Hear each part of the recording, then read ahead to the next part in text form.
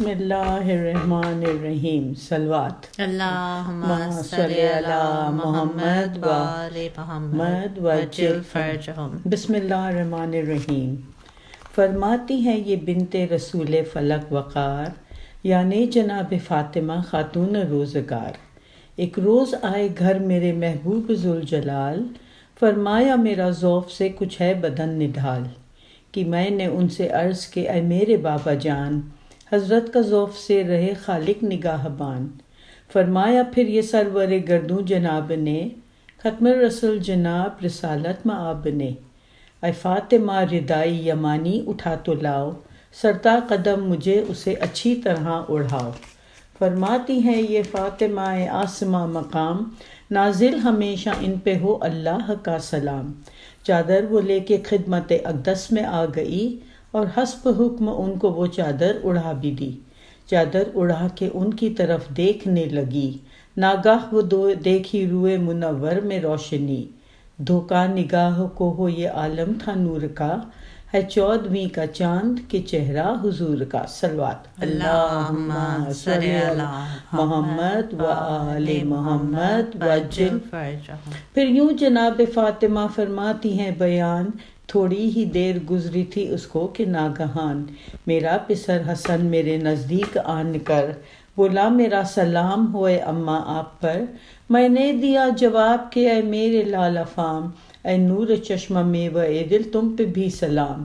پھر مجھ سے یوں وہ کہنے لگا پارا اے جگر، خوشبو نفیس پاتا ہوں میں اس مقام پر.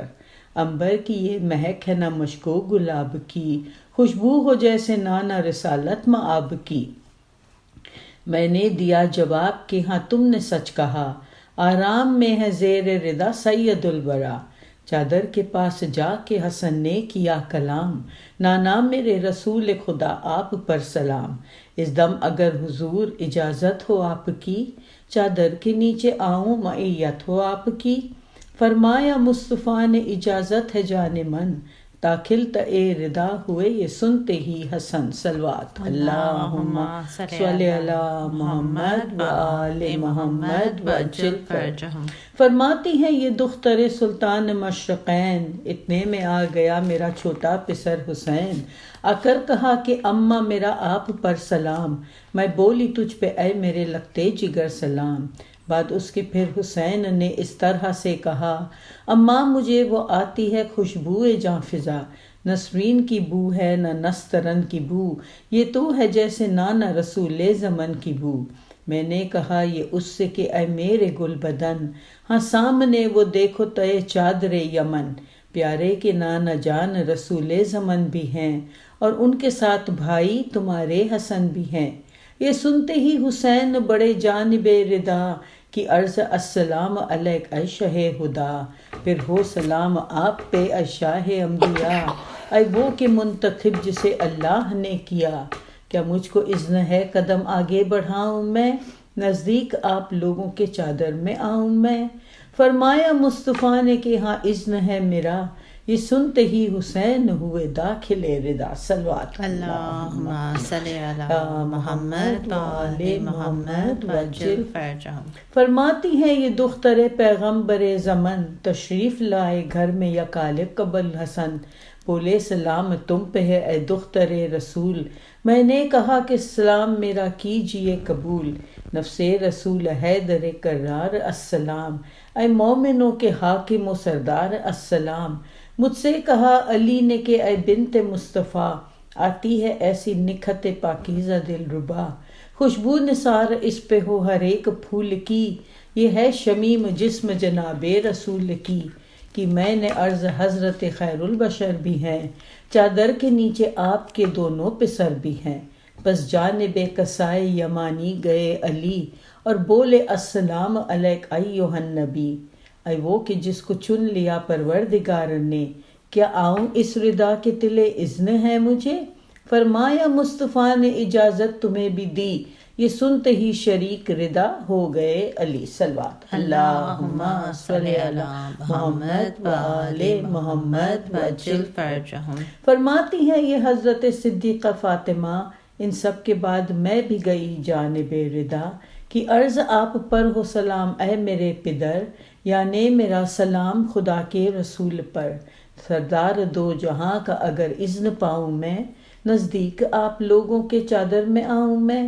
فرمایا مصطفیٰ نے تمہیں اذن دے دیا، داخل ہوئی ردا میں یہ سنتے ہی فاطمہ۔ صلوات اللہم صلی علی محمد وآل محمد وعجل فرجہم۔ فرماتی ہیں یہ فاطمہ بنت رسول رب، چادر تلے جب آ گئے ہم لوگ سب کے سب، اس دم کہا فرشتوں سے پروردگار نے، ہاں سن لو بسنے والو میرے آسمان کے، مجھ کو قسم ہے اپنی بزرگی اور شان کی، قائم جو میں نے کی ہے بنا آسمان کی، اور فرش جو زمیں کا ہے بچھا ہے بحکم رب، یا محرما دکھاتے ہیں جلوے جو روز و شب، یا رات دن جو رہتے ہیں چکر میں آسمان، بحرے رواں اور ان میں جو چلتی ہے کشتیاں، اس سب کے خلق کا ہے سبب عشق پنجتن، اس دم جو مجتمع ہے تے چادر یمن۔ پوچھا یہ جبرائیل نے باعجز انکسار، چادر کے نیچے کون ہے اے میرے کردگار؟ اللہ نے کہا کہ نبوت کے اہل بیت، وہ سب کے سب ہے خاص رسالت کے اہل بیت، وجہ بنائے ارض سما نور مشرقین، زہرا مصطفیٰ و علی اور حسن حسین۔ صلوات اللہم صلی علی محمد وآل محمد وعجل فرجہم۔ جبریل نے کہا کہ اجازت ملے اگر ساتن کے میں چھٹا ہوں پہنچ کر زمین پر، اللہ نے کہا کہ تجھے اذن دے دیا، اترے امی زمیں پہ چلے جانب کسا، بولے سلام آپ پہ اے مرسل خدا، اے وہ کہ منتخب جسے اللہ نے کیا، جو ہے سلام اس کا بھی ہے تحفہ اے سلام، اور بعد تحیت و اکرام یہ پیام، یعنی بلند پست و مہر و آسمان، بحرے رواں اور ان میں جو چلتی ہے کشتیاں، یہ سب بنائے میں نے تمہارے ہی واسطے، پیدا کیے تمہاری محبت کی وجہ سے، اور مجھ کو اذن ہے میرے پروردگار کا، میں بھی ہوں آپ لوگوں میں شامل اے ردا، اذن خدا تو مل چکا اب کہیے یا نبی، میں بھی ردا میں آؤں اجازت ہے آپ کی؟ فرمایا مصطفیٰ نے کہ ہاں اذن ہے میرا، یہ سن کے جبرائیل ہوئے داخل ردا۔ صلوات اللہم صلی علی محمد وآل محمد وعجل فرجہم۔ جا کر ردا میں حق امانت ادا کیا، مزدا خدا نے بھیجا تھا جو وہ سنا دیا، کہ عرض آپ لوگوں سے کہتا ہے کبریا، اے اہل بیت بس یہ ہے اللہ چاہتا، ہر ایک عیب تم سے ہٹائے خدائے پاک، جو حق ہے پاک کرنے کا ایسا بنائے پاک۔ صلوات اللہم صلی علی محمد وآل محمد وعجل فرجہم۔ اس وقت مصطفیٰ سے علی نے کیا سوال، مجھ سے بیان کیجئے محبوب ذوالجلال، اس دم جو ہے نشست ہماری تے ردا، اللہ کی نظر میں ہے کیا اس کا مرتبہ؟ جس وقت یہ سوال کیا ابو تراب نے، فرمایا یوں جناب رسالت مآب نے، کھا کر قسم میں کھاتا ہوں اس کردگار کی، جس نے مجھے بنایا پیغمبر و نبی، اہل زمیں کی کوئی سی محفل ہو سن رکھو، جس میں ہمارے دوستوں کا ایک گروہ ہو، اور وہاں پہ اس خبر کا کیا جائے تذکرہ، ہوگا نزول رحمت پروردگار کا، جب تک کہ منتشر نہ وہ ہو جائیں سب کے سب، گھیرے رہیں گے ان کو ملائک بحکم رب، شرکت کا اپنے حق کی ادا کرتے جائیں گے، ان سب کے مغفرت کی دعا کرتے جائیں گے۔ اس دم کہا علی نے کہ اللہ کی قسم، اب تو سعید ہو گئے اور کامیاب ہم، یوں ہی ہمارے شیعہ ہمارے حبیب بھی، مسعود نیک بخت ہوئے خوش نصیب بھی۔ اظہار جب خوشی کا کیا ابو تراب نے، فرمایا پھر جناب رسالت مآب نے، اس کی قسم ہے جس نے بنایا مجھے نبی، جس کی طرف سے مجھ کو رسالت عطا ہوئی، شیعوں کی بزم میں جو بیاں ہوگی یہ خبر، فضل خدا سے ہوگا عیاں اس کا یہ اثر، جو درد غم کے مارے ہوں مسرور ہوئیں گے، رنجو ملال سنتے ہی سب دور ہوئیں گے، جو ہو مراد والا مراد اپنی پائے گا، ہر ایک اداس بزم سے خوش ہو کے جائے گا۔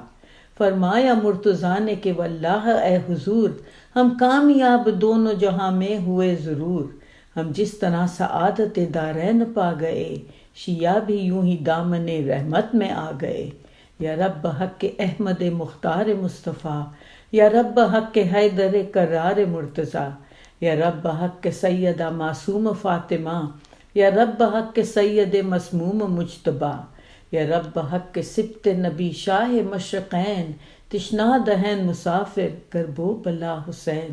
جس بزم میں یہ نظم پڑھی جائے اے خدا، ہر ایک سننے والے کا حاصل ہو مدعا۔ صلوات اللہم صلی علی محمد و آل محمد وجل فرجہم۔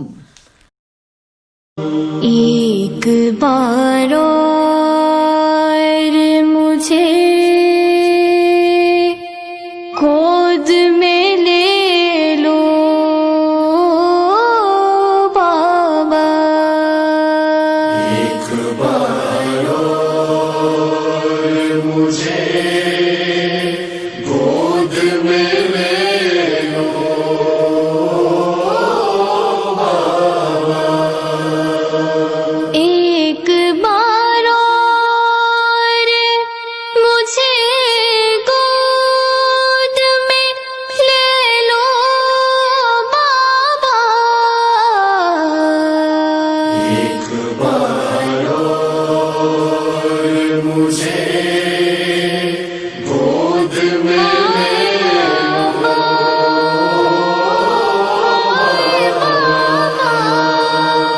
واہ حسینہ کا ہوا شور حرم میں برپا، ہو کے رخصت جو چلے گئے سے شہ کرب و بلا،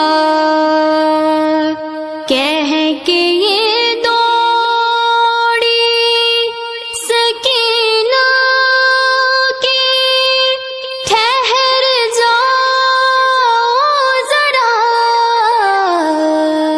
ایک بار اور مجھے گود میں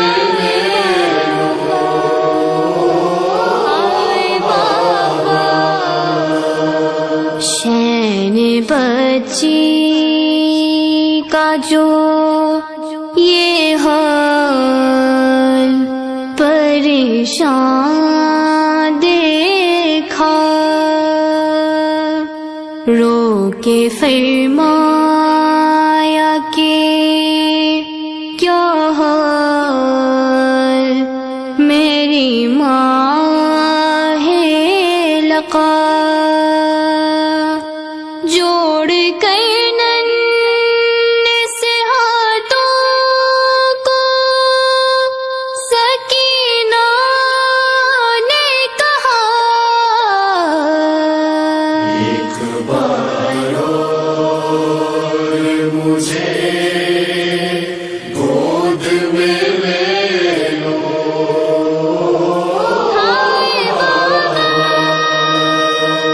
سوچتی ہوں کہ تماچے کوئی مارے نہ میرے، گوشوارے کوئی کانوں سے اتارے نہ میرے، وہم آتے ہیں میرے دل میں نہ جانے کیا کیا، ایک بار اور مجھے گود میں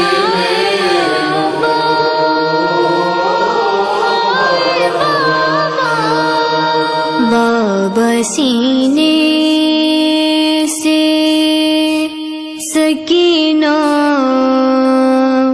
کو لگاتے جاؤ، اب کہاں ہوگی ملاقات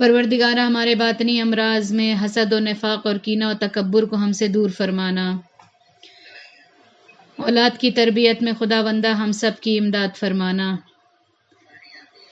اس عالمی وبا کو، پوری عالم بشریت کو اس سے نجات عنایت فرمانا، دل نازنین امام زمان کو ہم سب سے راضی و خوشنود فرمانا۔ حاضرین محفل، السلام علیکم ورحمۃ اللہ وبرکاتہ۔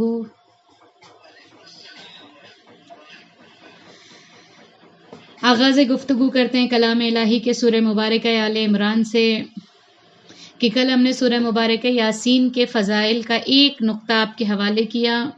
آج آئیے چھٹے امام صادق آل محمد، اللہم صلی علی محمد وآل محمد وعجل فرج، کہ چھٹے امام ارشاد فرماتے ہیں کہ سورہ مبارکہ آل عمران یہ وہ سورہ ہے، بہترین سورہ، کہ جس کے کئی فضائل ہیں، لیکن ان فضائل میں سے دو فضائل آپ کے حوالے کرتے ہوئے انشاءاللہ ہماری قوم اور ملت اس چیز سے استفادہ کرے کہ امام فرماتے ہیں کہ اگر سورہ مبارکہ آل عمران کو 13 مرتبہ پڑھا جائے، یعنی 13 ٹائمز، تو اس کی قرض کی ادائیگی کے لیے بہت زیادہ مفید ثابت ہوتا ہے۔ اور دوسرا یہ بتایا کہ اگر کوئی عورت جو ایام حمل میں ہے تو وضع حمل، یعنی اگر سورہ مبارکہ آل عمران کی وہ تلاوت کرے تو اس کا وضع حمل اس کے لیے آسان ہو جائے گا۔ ایک درود پڑھے محمد اور آل محمد پر، صلی علی محمد و آل محمد وعجل فرجہم۔ لائق ستائش ہے وہ ذات بابرکت کی جس پروردگار عالم نے کائنات کے ازل و ابد کے حقیقی وارث کی جس پروردگار عالم نے کہ دیکھو پوری کائنات کو انسانیت کے لیے مزین فرمایا، آسمان جیسا شامیانہ لگایا، زمین جیسا فرش بچھایا، اور اس زمین پر بہترین سے بہترین نعمتوں کو بشر کے لیے سرفراز ہونے کے لیے اس زمین میں اتنی وسعت کو رکھا، اتنی زیادہ اس کے اندر چیزوں کی جاذبیت کو رکھا کہ اس سے نکلنے والے پھلوں سے، اس کے نکلنے والے پھولوں سے، اس کے نکلنے والے اناج سے اس روئے زمین پر چلنے والوں کے لیے شکم سیری کا اہتمام فرمایا۔ وہ خداوند کریم جو فاطر السماوات والارض ہے، وہ ہے جو حی ہے، جسے کبھی موت آنے والی نہیں ہے، وہ وہی ہے جو کبھی زندہ سے مردہ نکالتا ہے، کبھی مردے سے زندگی کو دیا کرتا ہے۔ وہ خداوند متعال کے جس نے تخلیق کے مرحلوں سے گزارتے ہوئے عالم بشریت کو کمال کی منزلوں تک پہنچا دیا، اور زیور عقل جیسی عظیم نعمت عظما کو خداوند کریم نے عنایت فرمایا کہ دیکھو انسانوں کو جو سب سے زیادہ بہترین چیز خداوند کریم نے عطا کی ہے وہ انسان کی عقل ہے۔ دیکھیے عقلیں بھی دو طرح کی ہوا کرتی ہیں، ایک کسبی ہوا کرتی ہے اور ایک جو جنرلی مل جاتی ہے۔ کسبی یعنی محنت کر کے، مشقت کر کے، اس کی طرف دھیان دے کے انسان ان چیزوں کو حاصل کرتا ہے۔ کہا عقلیں تو پروردگار عالم نے سب کو عنایت کی ہیں، لیکن آپ دیکھیں گے کہ کچھ پہلے زمانے میں یعنی کچھ ہوتے ہیں جو اسٹارٹنگ میں بہت اتنے عقل مند نہیں ہوتے، لیکن دھیرے دھیرے اور زیادہ عقل مندی آ جاتی ہے۔ یہ محنت کرتے ہیں عقل کے پیچھے، اسی لیے ہمارے 8ویں امام رضا علیہ الصلاۃ والسلام ارشاد فرماتے ہیں کہ امام رضا غریب ارشاد فرماتے ہیں کہ دیکھو عقلوں کو بڑھانے کے لیے بہت ساری چیزیں، اور انشاءاللہ ہم نے کئی مجالس میں بتایا، لیکن انشاءاللہ ہلکا سا اشارہ کرتے ہوئے بچے نظر آ رہے ہیں کہ کہا سب سے زیادہ امام رضا غریب کہتے ہیں کہ کون سی چیزوں سے عقل انسانی بڑھ جایا کرتی ہے، عقل انسانی میں اضافہ ہو جایا کرتا ہے، جن میں سے 3 چیزوں کی طرف اشارہ کیا۔ کہا کہ سب سے زیادہ کہا دودھ کا استعمال کرنے سے، شہد کا استعمال کرنے سے، اور کہا تلاوت قرآن مجید کرنے سے، یعنی ان سے عقلیں بڑھتی ہیں۔ اور یقیناً عقلیں بڑھنے سامان آج دیکھیے سوشل میڈیا نے کس طرح سے ہم کو گریب کیا ہوا ہے۔ کہا کہ مائلو پیو، بوسٹ پیو، یہ پیڈیا شور ہے، یہ تمام چیزیں ہیں، یہ انسانوں کو وائٹل وٹامنز جو جسم کو ضرورت ہے وہ تو عطا کر سکتی ہیں، لیکن جو روح کو ضرورت ہے وہ کون سی غذائیات انسان کو دے سکتی ہے؟ کہا ان میں سے ایک یہ قرار دیا، کہا تلاوت قرآن مجید کو کہا گیا۔ خیر واپس پلٹیے کہ پروردگار عالم ارشاد فرماتا ہے کہ دیکھو ہم تو وہ ہیں کہ جو انسان مانگتا ہے ہم اسے عطا کرتے چلے جاتے ہیں۔ اور ہماری اور آپ کی گفتگو کی یہ تیسری مجلس کی جو ہم سورہ مبارکہ جمعہ کی آیت نمبر 2 هو الذی بعث فی الامیین رسولا منہم یتلو علیہم آیاتہ ویزکیہم ویعلمہم الکتاب والحکمہ وان کانوا من قبل لفی ضلال مبین، کہ دیکھو ہم نے تمہیں میں سے ایک رسول کو بنا کر بھیجا جو تمہارے درمیان درمیان آیتوں کی تلاوت کرتا ہے جو تمہارے نفوس کو تزکیہ دیتا ہے، اور نفوس کو تزکیہ دینے کے بعد کہا وَيُعَلِّمُهُمُ الْكِتَابَ وَالْحِكْمَةَ، جو تمہیں کتاب کی تعلیم دیتا ہے اور پھر اس کے بعد کیا حکمت عطا کرتا ہے۔ وَإِن كَانُوا مِن قَبْلُ لَفِي ضَلَالٍ مُبِينٍ، کہ جب اس سے پہلے تم کہاں تھے، کہا تم ضلال مبین میں تھے، نہایت گمراہی میں تھے۔ پتہ یہ چلا جس معاشرے میں، جس سماج میں رسول اللہ آئے تھے وہ معاشرہ ایسا معاشرہ نہیں تھا، ریڈی میڈ نہیں تھا، اس لیے کہ آج ہم سب کو ریڈی میڈ کھانے کی عادت ہو چکی ہے۔ انسان ہر چیز کو ریڈی میڈ مل جائے چلو کھا لیں، انسان تمام چیزیں ہوتی ہیں نا، لیکن یہ یاد رکھے جو بنانے میں مزہ آتا ہے وہ ریڈی میڈ کھانے میں نہیں ملے گا آپ کو، اس لیے کہ جب انسان خود محنت کر کے بنائے گا تو اس کا لطف اور اس کا مزہ کچھ اور ہوا کرتا ہے۔ خیر ایک درود پڑھے محمد اور آل محمد پر۔ محمد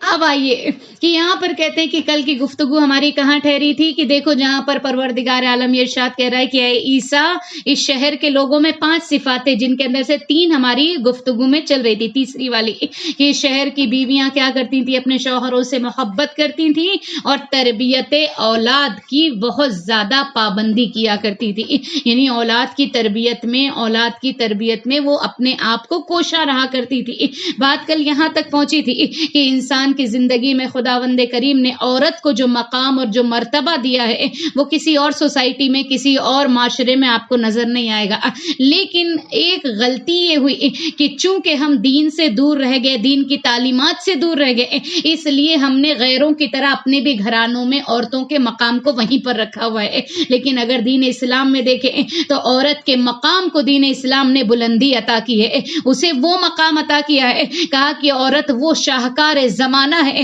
کہ جس کی گودوں سے انبیاء کرام نکلا کرتے ہیں، جن کی گودوں میں اوصیاء کرام پلا کرتے ہیں، لیکن آج کے زمانے نے اس طرح جس طرح عورت کو مقام اور منزلت دینا چاہیے تھے وہ مقام تو نہیں ملا، لیکن بے حیائی کی طرف اسے لے جایا گیا، اسے بے ایمانی کی طرف لے جایا گیا، اس کے لیے بطور نمائش کی طرف لے جایا گیا، جبکہ دین اسلام نے اسے جو مقام عطا کیا تھا اتنا بہترین مقام تھا کہ رسول اللہ جیسی ذات گرامی اس دنیا میں آتی ہے تو اس کا ذریعہ آمنہ جیسی خاتون کو ٹھہرایا۔ یہ بھی تو ایک خاتون تھی نا، پتہ یہ چلا کہ دیکھو مقام عورت کچھ اور ہے، دنیا والوں نے کچھ اور بنا دیا۔ اور یہ یاد رکھیں کہ آج دنیا میں جتنے بھی مراجع کرام ہیں، جتنے بھی فقہاء کرام ہیں، جتنے بھی صالحین ہیں، جتنے بھی نیک بندے ہیں، یہ کہاں سے آ رہے ہیں؟ یہ کسی ماں کے ذریعے ہی تو اس دنیا میں آئے ہیں۔ پتہ یہ چلا ان کی ماؤں نے جب اپنے مقام کو پہچانا تو انہوں نے اتنی بلندی کی معراج کو طے کیا کہ کبھی زمانے میں خمینی جیسا انسان پیدا ہوتا ہے،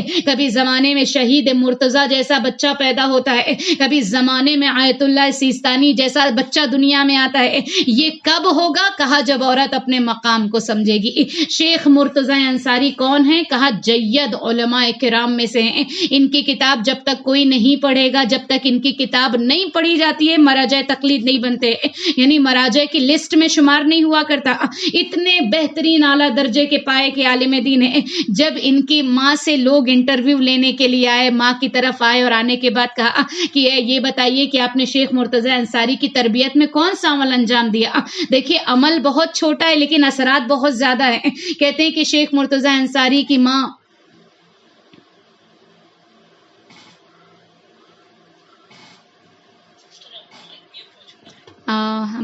آپ کو آن کرنا ہے، اوکے، ایک صلوات پڑھے محمد اور آل محمد پر، ما صلی علی محمد۔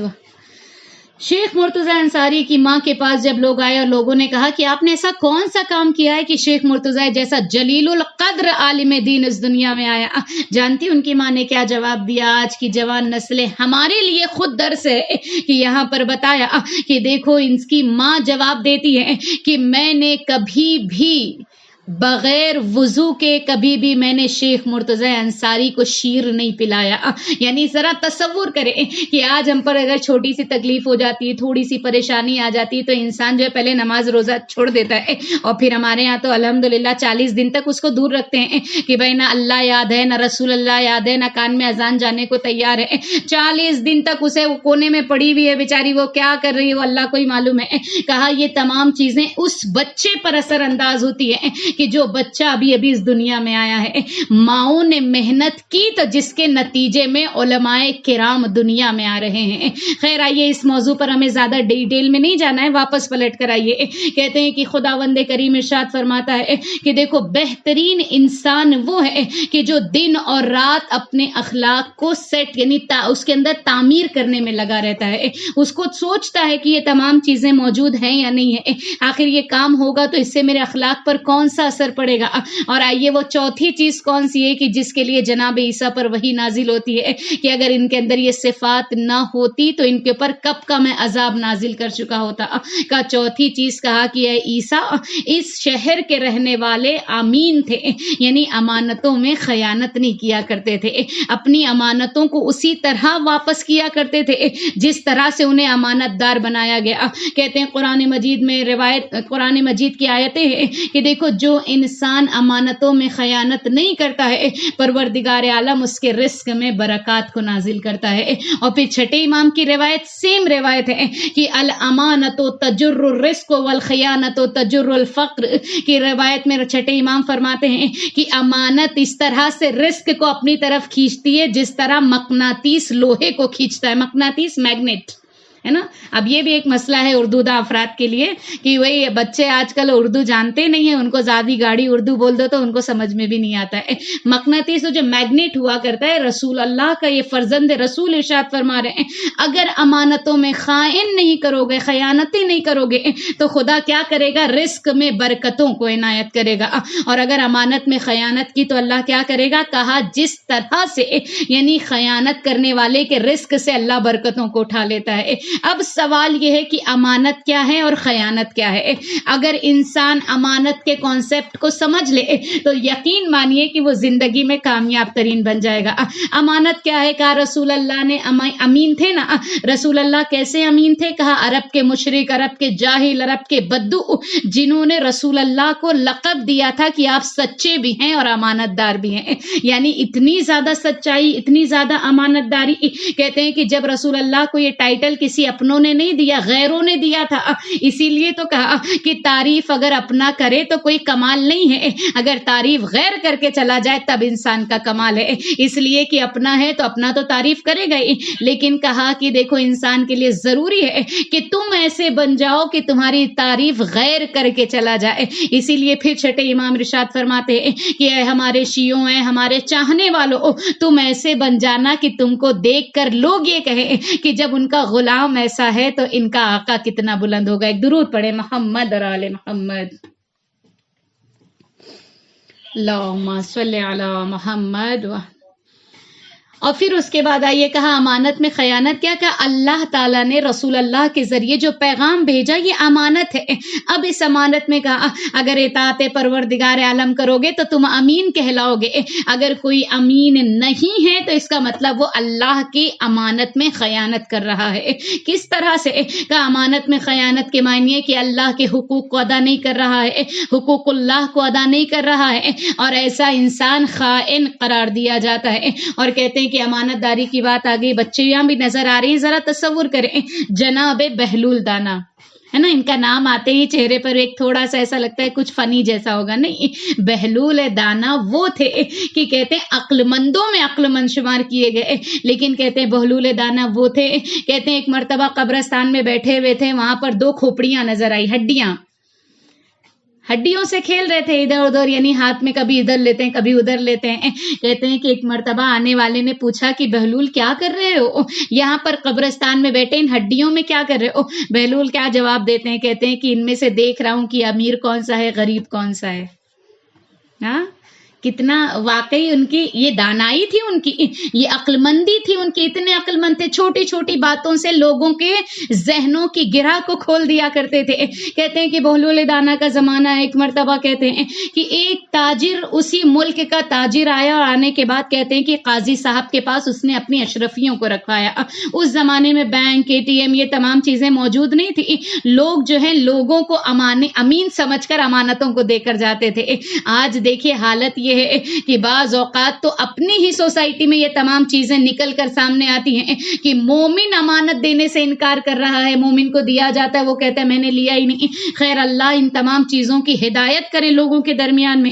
کہتے ہیں کہ یہ تاجر آیا، اس نے کیا کام کیا؟ کہا کہ اس نے قاضی صاحب کے پاس ایک تھیلی دی اشرفیوں کی اور کہا کہ یہ امانت کے طور پر رکھیے، میں سفر پر جا رہا ہوں، جب سفر سے لوٹوں گا تو میں اسے لے لوں گا۔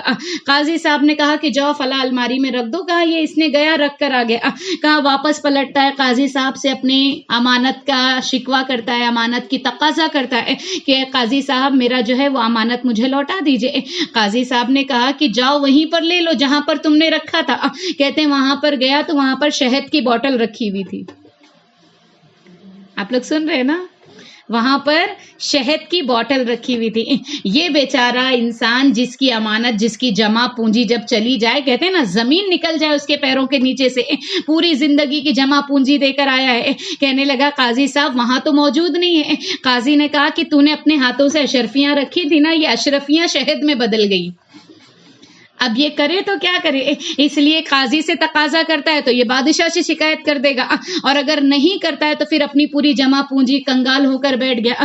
کہتے ہیں کرے تو کیا کرے؟ نکلا اس کے قاضی کے گھر سے، نکلا چہرے پر 12 بجے ہوئے ہیں، اداسی چھائی ہوئی ہے۔ کہتے ہیں جب گلیوں سے گزر رہا تھا تو کیا دیکھا؟ بہلول دانا وہاں پر موجود ہیں۔ بہلول نے ایک مرتبہ نظر کی تو کیا دیکھا؟ مومن پریشان ہے۔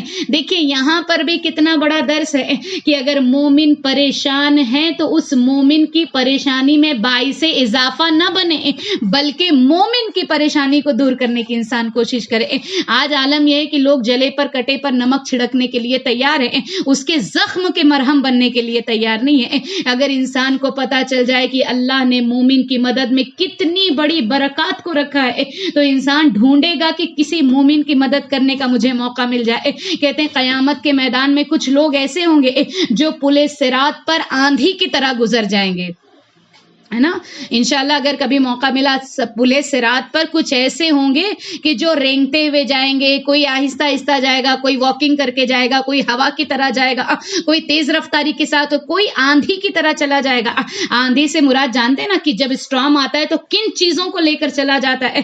کہا کہ مومن کی مدد کرنے والے پل صراط پر آندھی کی مانند گزر جائیں گے۔ اور کہتے ہیں مومن کی مدد کرنے میں اللہ نے اتنی برکات کو رکھا ہے کہ خیر بات آ گئی تو سنتے یہ کہتے ہیں ملا حاجی جب یہ سفر حج کے لیے نکلے تو کہتے ہیں کہ جب ہمارا قافلہ حج کے لیے نکل رہا تھا، بہت شارٹ میں اس لیے کہ بچے بھی دکھائی دے رہے ہیں تو انشاءاللہ ان کے ذہنوں میں یہ چیز واضح ہو جائے۔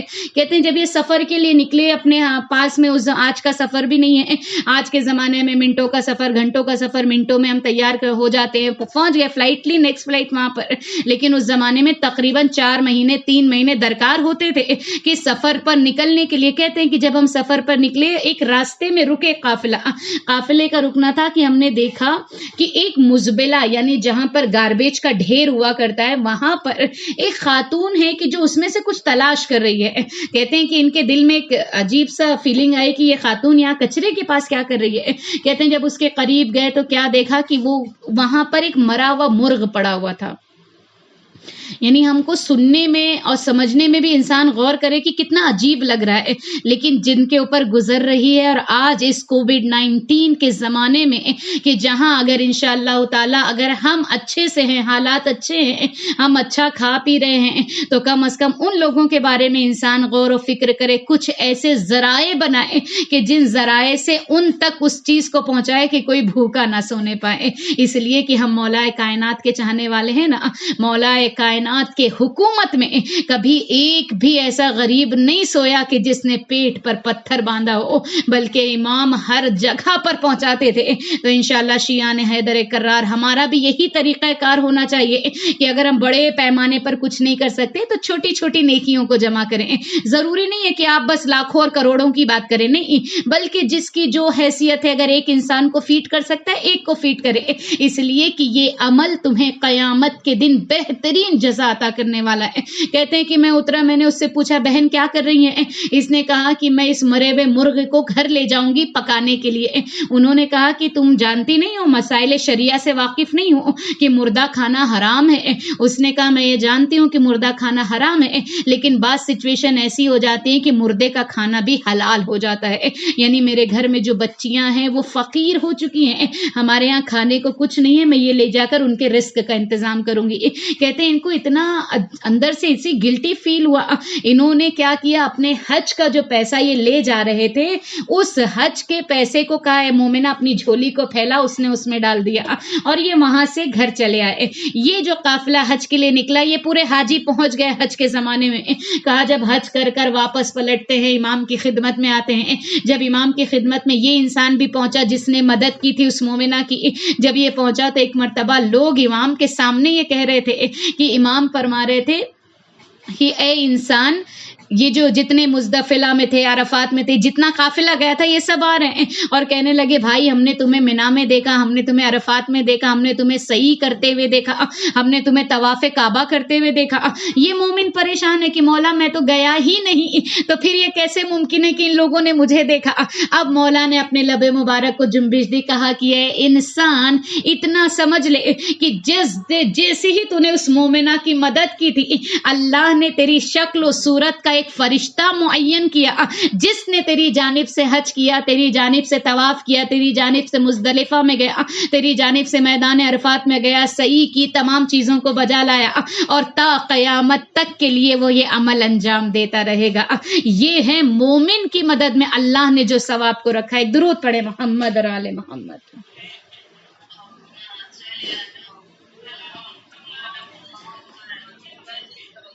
ایک اور باواز بلند صلوات۔ عباس ہے، عباس ہے،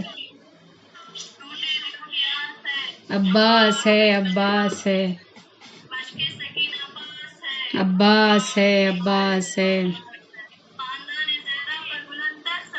اللہم صلی علی محمد و آل محمد۔ یعنی پتہ یہ چلا کہ دیکھو انسان کے لیے کیا چیز کہا گیا کہ دیکھو مومن کی مدد میں اللہ نے ان تمام چیزوں کو رکھا ہوا ہے۔ خیر آئیے بات امانت کی چل رہی تھی کہ دیکھو انسان کے لیے ضروری ہے کہ وہ امانت میں خیانت نہ کرے۔ اب آئیے یہاں پر آئیے کہ یہ جو انسان پریشان تھا، ایک مرتبہ بہلول کی نظر پڑی، بہلول نے کہا پریشان نظر آ رہے ہو؟ اس نے کہا ہاں پریشانی تو ہے، کیا تم میری پریشانی میں میری مدد کرو گے؟ بہلول نے کہا ہاں بے شک میں مدد کروں گا۔ اس نے پورا واقعہ بتایا کہ فلاں قاضی کے پاس میں نے اتنی اشرفیاں رکھی، اس نے کہا اشرفیاں جو ہیں وہ شہد میں تبدیل ہو گئی۔ اب یہ بہلول نے کہا ٹھیک ہے اب تم گھر چلے جاؤ، اس کا معاملہ میں طے کر لوں گا۔ کہتے ہیں بہلول کے پاس قاضی کے بچے جو ہے عربی پڑھنے آیا کرتے تھے۔ ہاں سن رہے نا آپ سب؟ بہلول کے پاس قاضی کے جو بچے تھے وہ عربی پڑھنے آیا کرتے تھے دینیات سیکھنے کے لیے۔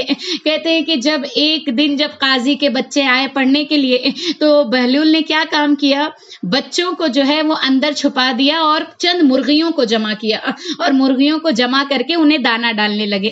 کہتے ہیں نارمل ٹائم سے اگر ڈیلے ہو جاتے ہیں تو ماں باپ پریشان ہو جاتے ہیں نا کہ آج بچہ اسکول سے کیوں نہیں آیا، دینیات سے کیوں نہیں آیا۔ کہا جب کافی وقت گزر گیا تو قاضی ایک مرتبہ پریشان ہو کر بہلول کے گھر پہنچا۔ کہا کہ بہلول میرے بچے کہاں ہیں؟ اس لیے کہ تیرے گھر میں پڑھنے آتے تھے۔ بہلول نے کہا قاضی صاحب آپ کے بچے جو ہے وہ مرغ میں تبدیل ہو گئے ہیں۔ اب کرے تو کیا کرے؟ کیسے؟ قاضی صاحب نے کہا یہ تو بڑی پریشانی والا معاملہ ہے۔ کہا کہ بچے جو ہے وہ مرغ میں کیسے تبدیل ہو سکتے ہیں؟ کہا ایک مرتبہ قاضی صاحب نے کہا کہ بہلول مجھ سے مذاق نہیں کرو۔ کہا بہلول نے کہا کہ جب اشرفیاں شہد میں تبدیل ہو سکتی ہیں تو بچے بھی مرغ میں تبدیل ہو سکتے ہیں۔ قاضی صاحب سمجھ گئے کہ اب بہلول سے بچنا مشکل ہے۔ کہا کہ اے بہلول سمجھ گیا کہ میں نے امانت میں جو خیانت کی تھی میں آج ہی توبہ کرتا ہوں اور آج ہی اس شہزادے کی میں تمام اشرفیاں دینے کو تیار ہوں۔ ایک درود پڑھے محمد اور آل محمد۔ اللہم صلی علی پتہ یہ چلا کہ دیکھو انسان کے لیے امانت داری بہت بڑی شے ہے. اچھا یہ امانت داری بہت زیادہ اپنے اندر وسعت رکھتی ہے. مثلا شوہر کے ساتھ امانت داری ہونا، بچوں کے ساتھ امین ہونا، اپنے لین دین کے معاملوں میں امین ہونا، اپنے زبانی معاملات میں امین ہونا، اپنے ایمان کے معاملے میں امین ہونا، اللہ کے معاملے میں امانت دار ہونا، رسول اللہ کے معاملے میں امانت دار ہونا، مولا کائنات کی ولایت کے معاملے میں امانت دار ہونا، شہزادی کونین کی محبت میں امانت دار ہونا. اس لیے کہ جتنی یہ امانت داری کا سلسلہ وسیع ہو جائے گا کا اتنا زیادہ تمہارے ایمان میں اضافہ ہوتا چلا جائے گا.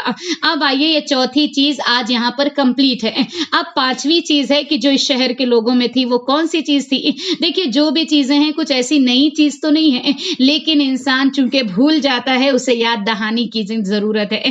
کہا پانچویں چیز کہ کہا اے عیسیٰ اس شہر کے لوگ بڑے حسن اخلاق کے مالک تھے. یعنی جب یہ لوگوں سے ملاقات کرتے تھے، لوگوں سے ملتے تھے تو بہترین انداز میں یہ ملاقات کرتے تھے. ایسا نہیں ہے کہ جس کو پسند کرتے ہیں تو اس سے مسکرا کر ملیں گے، جسے پسند نہیں کرتے تو اس کی طرف ہم بات کرنے کو بھی تیار نہیں ہیں. اس لیے کہ علی کا شیعہ ایسا نہیں ہے کہ لوگوں کو دیکھ کر اپنے ایمان میں رد و بدل نہیں لاتا ہے، بلکہ علی کا شیعہ اگر خلوت میں ہے تب بھی ویسا ہی ہے، اگر جلوت میں ہے تب بھی ویسا ہی ہے، اگر اکیلا بیٹھا ہے تب بھی ویسا ہی ہوگا، اگر پبلک ایریے میں بیٹھا ہے تب بھی ویسا ہی ہوگا. اور کہتے ہیں حسن اخلاق کسے کہتے ہیں؟ تو کہتے ہیں 10 چیزوں کو ملائیں گے تو حسن اخلاق بنتا ہے.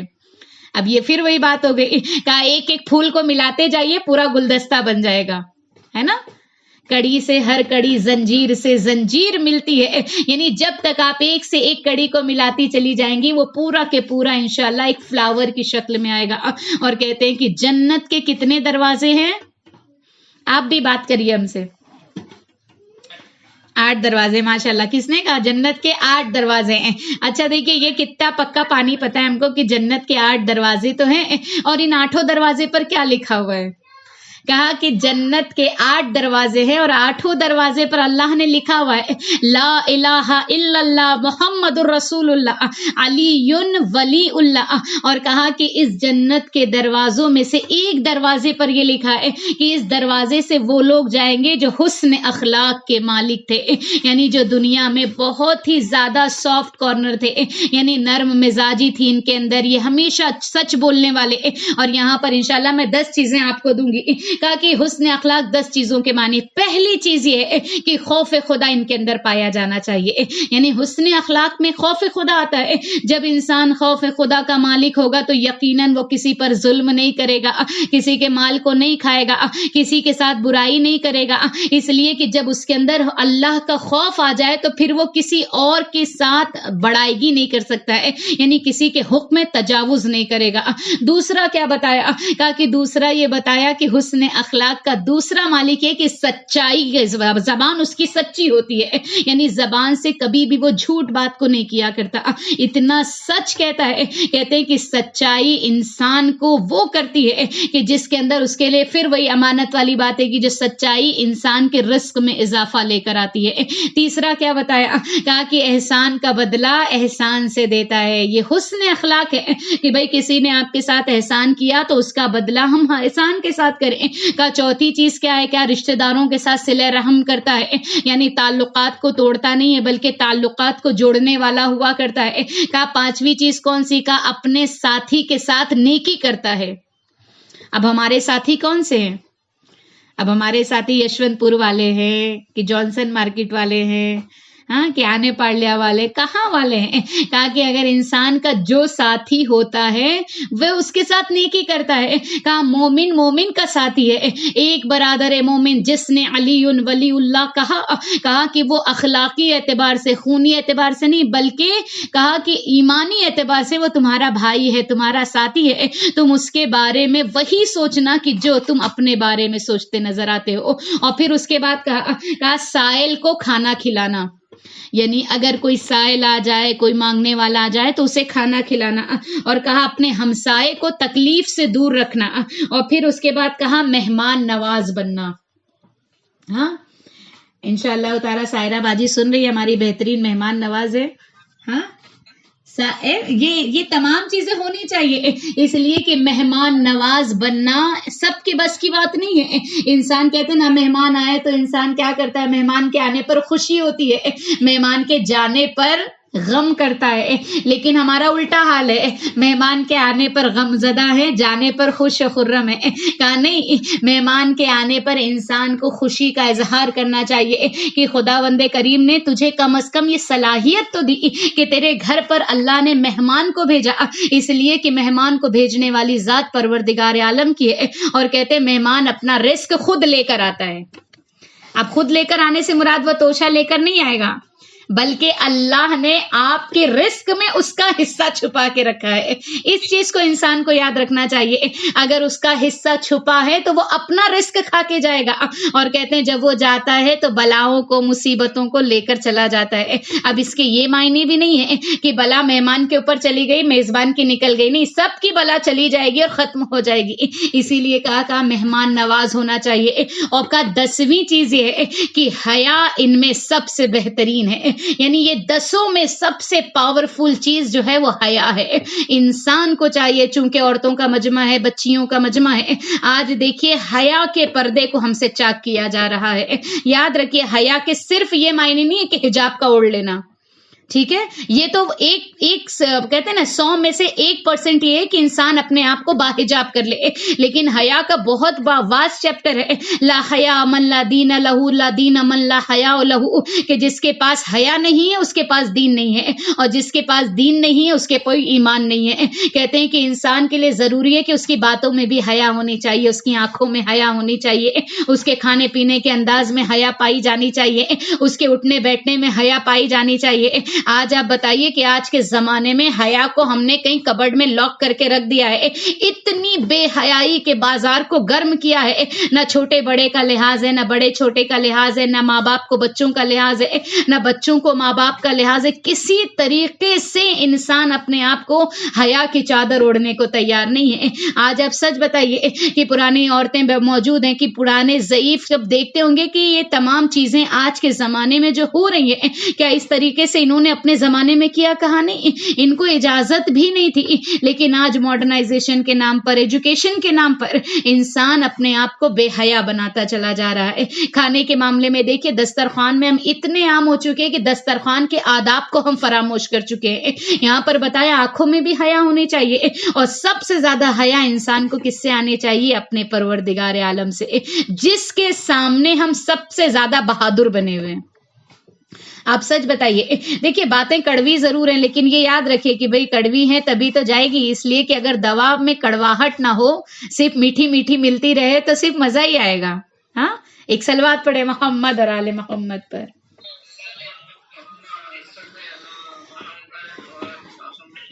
تو دیکھیں بیماری کو دور کرنا ہے تو دوائی تو کھانی پڑے گی، اور دوائی آپ کو جو ڈاکٹر دیتا ہے وہ کڑوی ہی دوا ملے گی۔ اگر کڑوی دوا جب جاتی ہے تو جسم کو توانا کر دیتی ہے۔ انشاءاللہ تعالی یہ ذکر حسین کے ذریعے سے ہم اپنی روحانی بیماریوں کو باحیات بنائیں، روحانی بیماریوں کو اتنی معراج پر لے کر جائیں کہ جس معراج پر جناب ابو ذر و سلمان اور مقداد اور میثم و قنبر موجود تھے۔ اور عزیزان محترم یہ یاد رکھیں کہ انسان کے لیے ضروری ہے کہ وہ اپنے آپ کو با اخلاق بنائیں، اس لیے کہ کہتے ہیں جتنا اخلاق اچھا ہوتا چلا جائے گا اس کا ایمان اتنا وزنی ہوتا چلا جائے گا۔ یہ دنیا کی رنگینیاں ختم ہو جائیں گی، لیکن یاد رکھیں کہ یہ جو دنیا کی تھوڑی بہت زندگی ہے تلخی ضرور ہے، لیکن انشاءاللہ اس کے بعد انسان کو بہتری ہی بہتری ہے، اور اس بہتری میں سب سے اعلیٰ نمبر پر جو چیز آتی ہے وہ یہی ہے کہ انسان معاشرے میں اپنے آپ کو اخلاق سے مزین رکھے، حسن اخلاق۔ اگر کوئی آپ کو ایک بات کہہ دے تو اس پر صبر کرنا سیکھیں، اس لیے کہ جب تم ایک بار صبر کر لو گے تو خدا اور تمہیں توانائی دے گا اور طاقت دے گا۔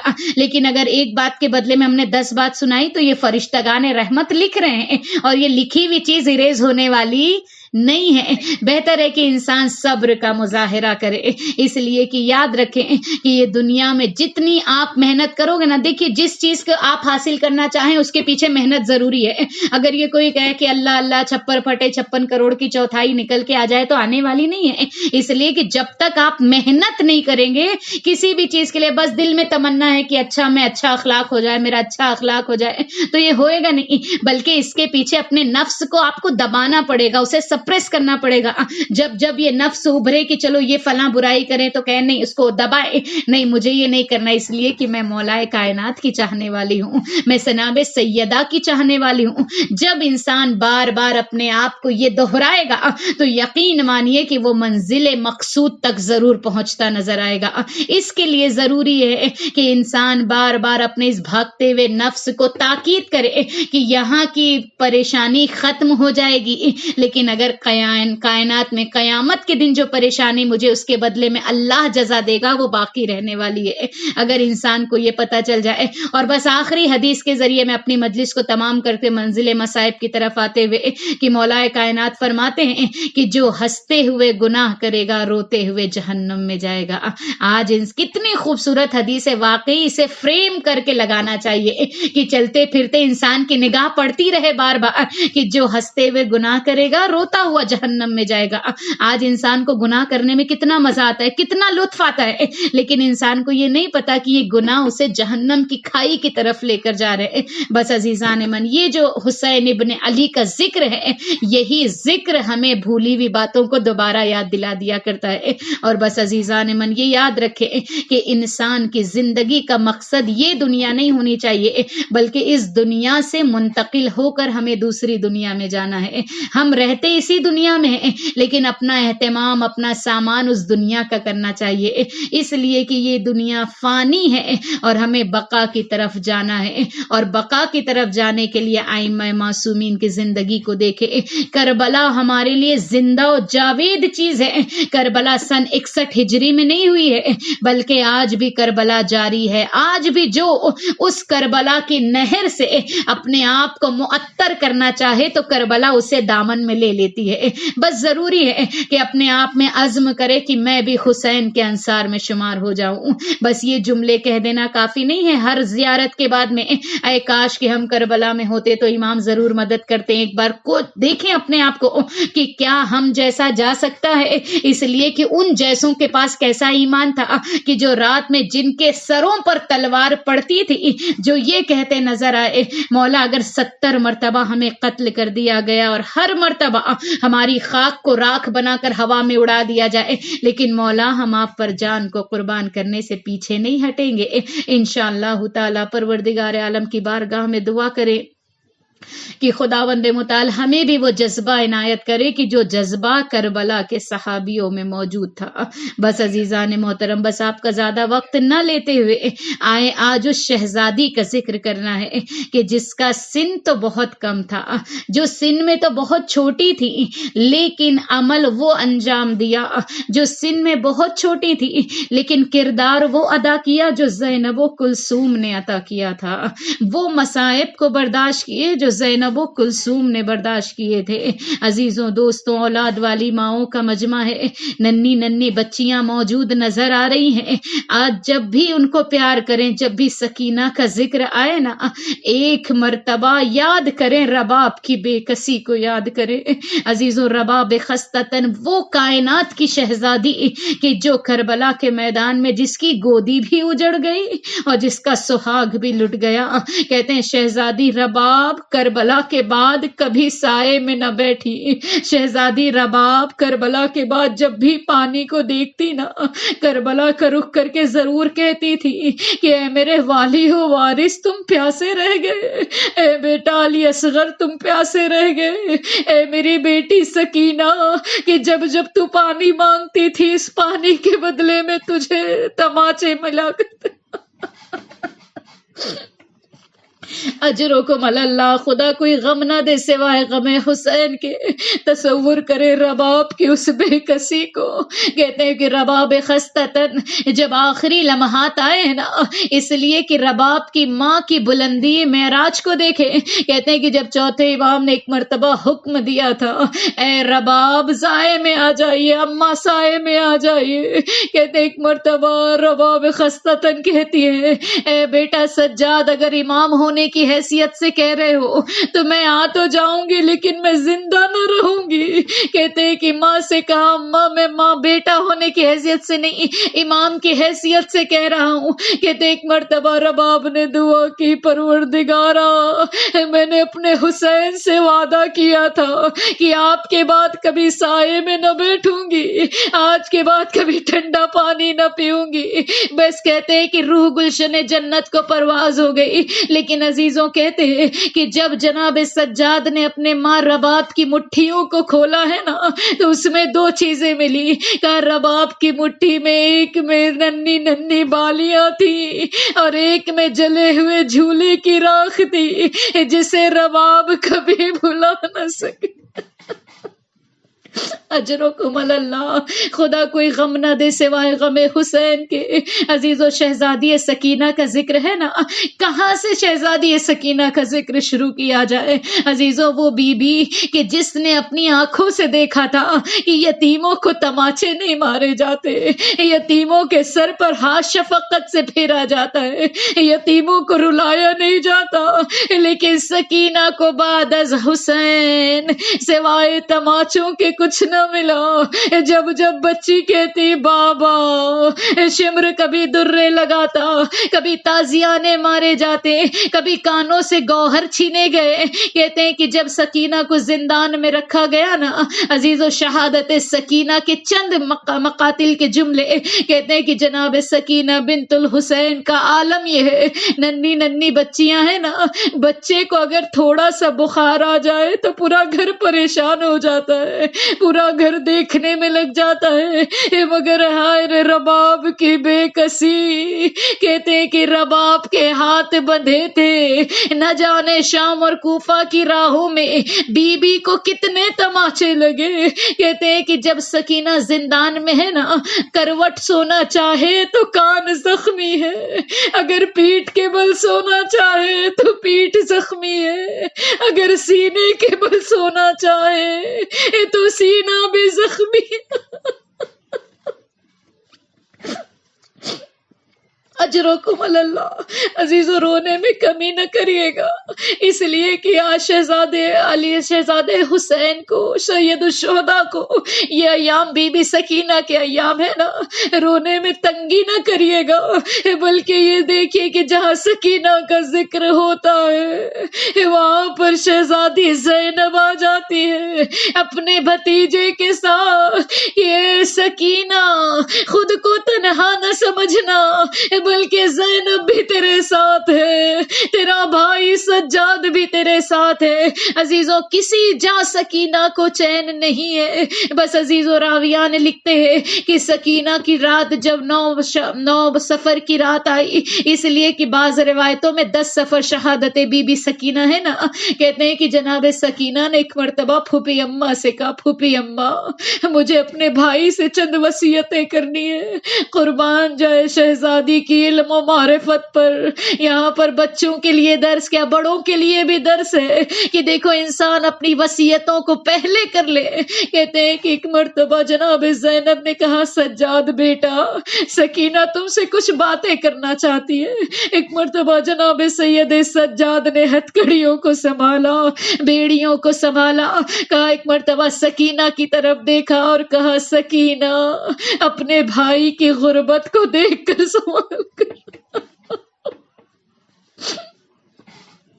خدا آپ کے بھائیوں کو سلامت رکھے بتصدق مولا سجاد. خدا کسی بھائی کو اتنا غریب نہ کرے. کہتے ایک مرتبہ سید سجاد کہتے ہیں سکینہ بیٹا کہو کیا کہنا چاہتی ہو.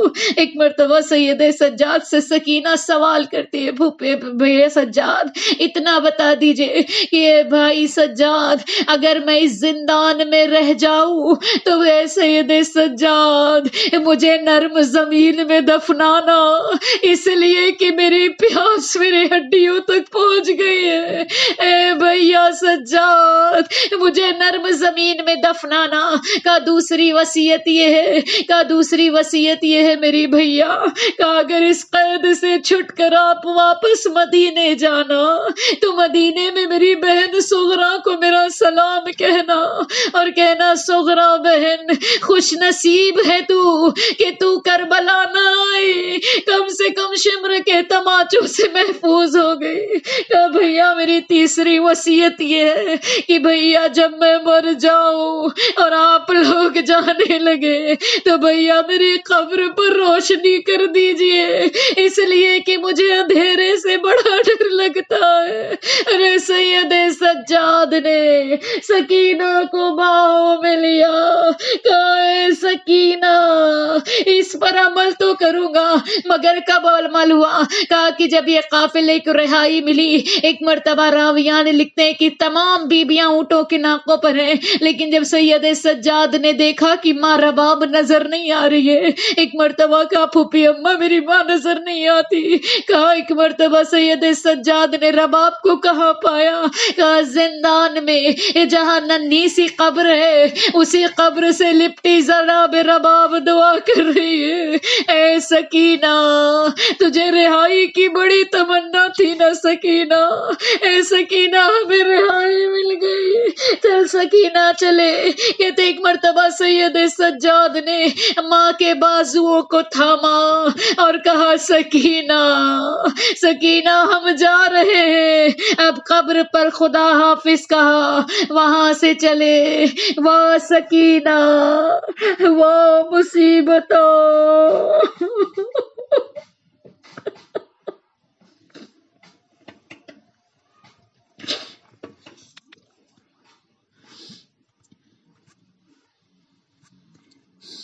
سيعلم الذين ظلموا أي منقلب ينقلبون. الہی بحق زہرا و ابیہا و بالہا و بنیہا. پروردگارہ ہماری اس خلیص یا زاداری کو شہزادی کی بارگاہ میں قبولیت کا شرف عنایت فرمانا. جو دین اتنا قیمتی تھا جس دین کی بقا کے لیے زہرا کا بھرا گھر اجڑ گیا مالک ہمیں اس پر چلنا نصیب فرمانا. خداوند کریم بانی مجلس حاضرین مجلس کی جائز حاجتوں کو برلانا. خداوند کریم جن لوگوں نے دعا کی تمنا کی ان کے حق میں دعاؤں کو قبول فرمانا. پروردگار عالم جو مقروض ہیں ان کے قرضوں کو از غیب عنایت فرمانا. پروردگار تجھے شہزادی سکینہ کی یتیمی کا واسطہ پروردگار عالم ہمارے سروں پر والدین کے سائے کو موجود رکھنا. دل نازنین امام زمان کو ہم سب سے راضی و خوشنود فرمانا. ایک سورہ فاتحہ کی التماس ہے آپ سب سے.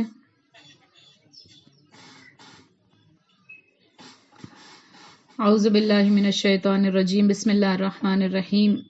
الحمد للہ رب العالمین الرحمن الرحیم مالک یوم الدین. ایاک نعبد و ایاک نستعین اہدنا الصراط المستقیم صراط الذین انعمت علیہم غیر المغضوب علیہم ولا الضالین. بسم اللہ الرحمن الرحیم. قل هو اللہ احد اللہ الصمد لم یلد ولم یولد ولم یکن له کفوا احد. بسم اللہ الرحمن الرحیم. قل هو اللہ احد اللہ الصمد لم یلد ولم یولد ولم یکن له کفوا احد. بسم اللہ الرحمن الرحیم. قل هو اللہ احد اللہ الصمد لم یلد ولم یولد ولم یکن له کفوا احد. ان اللہ و ملائکتہ یصلون علی النبی یا ایھا الذین آمنوا صلوا علیہ وسلموا تسلیما. اللہم صل علی محمد وآل محمد وعجل فرجہم. سبحان ربک رب العزۃ عما یصفون وسلام علی المرسلین والحمد للہ رب العالمین برحمتک یا ارحم الراحمین. پروردگار عالم ان تمام سورہ فاتحہ، سورہ اخلاص جو بھی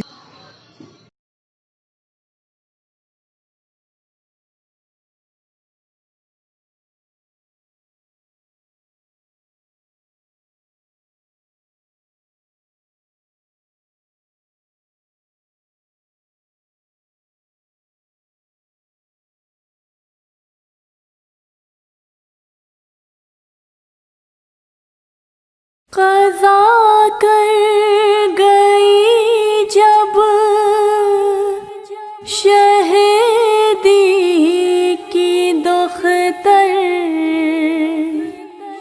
تھا قید ستم کا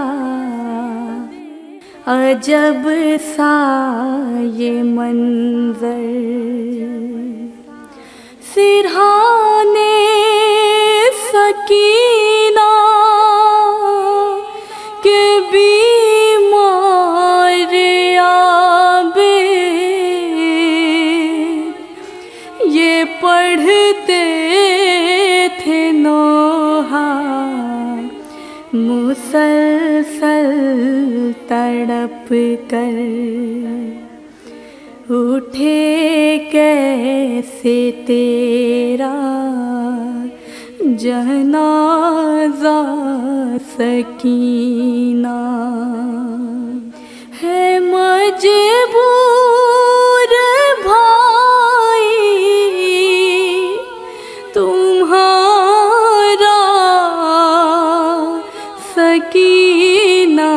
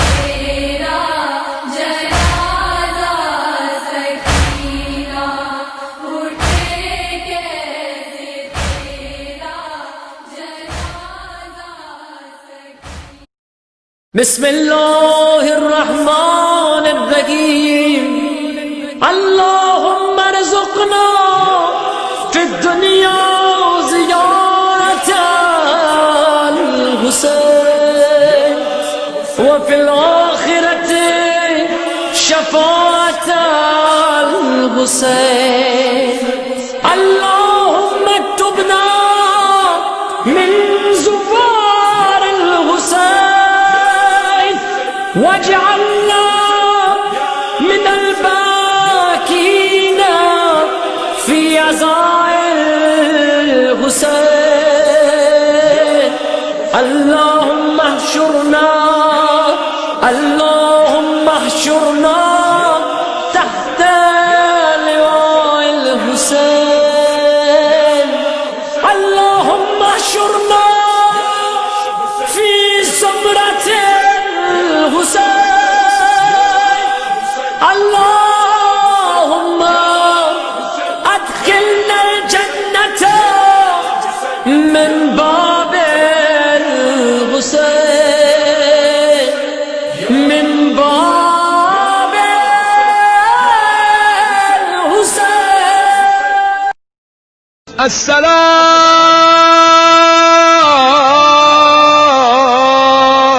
السلام عليكم يا أبا عبد الله